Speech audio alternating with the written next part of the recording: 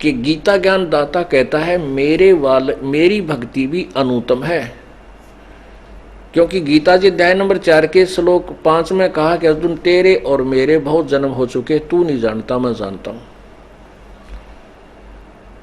और गीता जी अध्याय नंबर 8 के श्लोक 16 में लिखा है कि ब्रह्मलोक तक ये सब लोग पुनर्वर्ती में है, सभी जन्म मृत्यु में आते हैं, और यहाँ का अंतिम भगवान ये ब्रह्मलोक में रहता है। और गीता जी हमारे बताती है कि तो नाशवान है,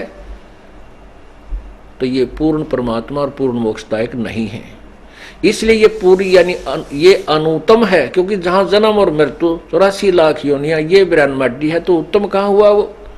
ठीक है, स्वर्ग समय से ज्यादा भी हो जाए अन्य देवताओं की पूजा तुलना में, लेकिन है तो फिर भी जन्म और मृत्यु, फिर 84 लाख योनियों में जाना ही पड़ता है।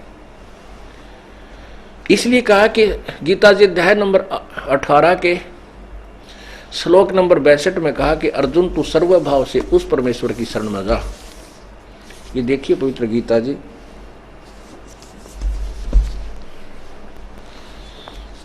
अध्याय नंबर 18 के मंत्र नंबर 62 में,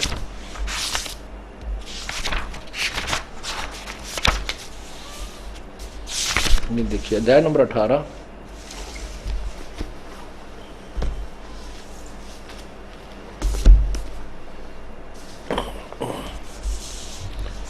अध्याय नंबर 18 के और मंत्र नंबर 62 में,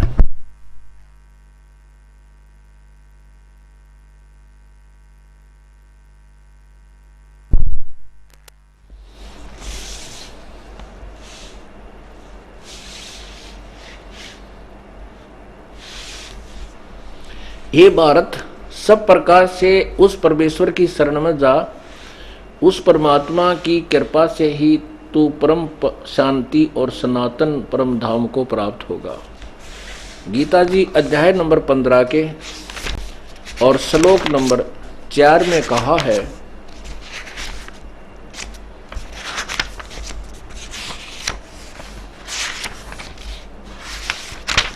अध्याय नंबर 15 के श्लोक नंबर 4 में,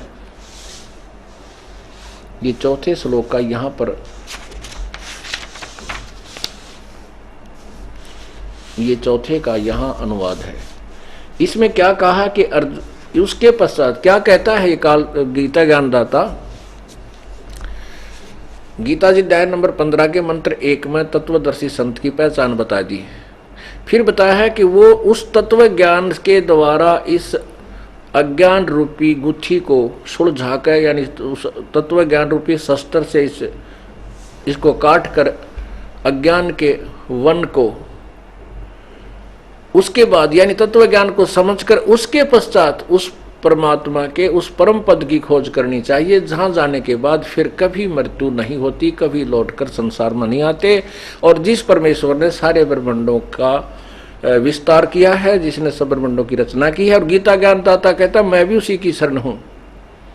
तो गीता ज्ञानदाता का जो 7वें अध्याय का 18वां श्लोक में यह कहना कि अनुत्तम का अर्थ अति उत्तम करना, कि सबसे उत्तम मेरी साधना है, तो ये बिल्कुल गलत है। यदि ये सर्वश्रेष्ठ है तो ये और भगवान के विषय में किस लिए कहा गीता में? गीता ज्ञानदाता अनुवाद करता इस चीज से परिचित नहीं थे, इसलिए उन्होंने सोचा कि भगवान अपने से उत्तम किसको कह सकता है, अपने आप को अनुत्तम कैसे कह सकता है? इसी का नाम देवता होते हैं, झूठ नहीं बोलते। ये जो अपने सतर्क, जैसे कोई डीसी ने पूछा कि क्या तू प्रधानमंत्री है, वो ने कहा नहीं मैं डिप्टी कमिश्नर हूँ, प्रधानमंत्री वो और सुप्रीम पावर है, ये गलत नहीं कह सकते। तो इसी प्रकार अब देखिएगा ये अध्याय नंबर 15 का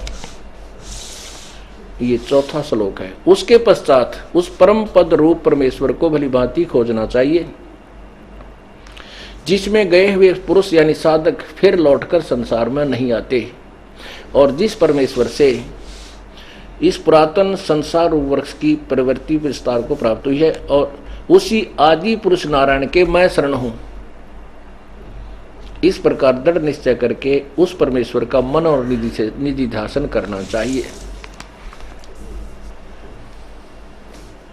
अब स्पष्ट हुआ कि गीता ज्ञान दाता गीता ज्ञान दाता से और कोई शक्तिशाली प्रभु है और श्रेष्ठ प्रभु है। गीता जी अध्याय नंबर 15 के श्लोक नंबर 16 में दो भगवान बताए हैं, क्षर पुरुष यानी ये ब्रह्म और अक्षर पुरुष ये परब्रह्म। और कहते हैं इन दोनों के ये दोनों नाशवान हैं और इनके श्लोक में जितने प्राणी हैं स्थूल शरीरधारी ये भी नाशवान है। जीव आत्मा तो मरती नहीं, तो कुत्ते की बिना मरती, गधे की बिना मरती, वो अलग बात है।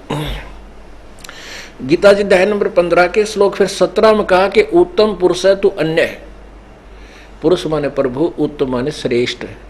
वो श्रेष्ठ भगवान तो ऊपर वर्णित दोनों भगवानों से कोई और है और वही परमात्मा कहलाता है। वही तीनों लोकों में प्रवेश करके सबका धारण पोषण करता है। वो अविनाशी प्रभु है। अब मूल जो जड़ है उससे ही खुराक चलती है, सबको आहार मिलता है। ब्रह्म परब्रह्म, परब्रह्म से ब्रह्म, ब्रह्म से ब्रह्मा विष्णु महेश में, और फिर इससे आगे हमें मिलता है। तो हमने मूल की पूजा करनी चाहिए, ना कि टहनियों की।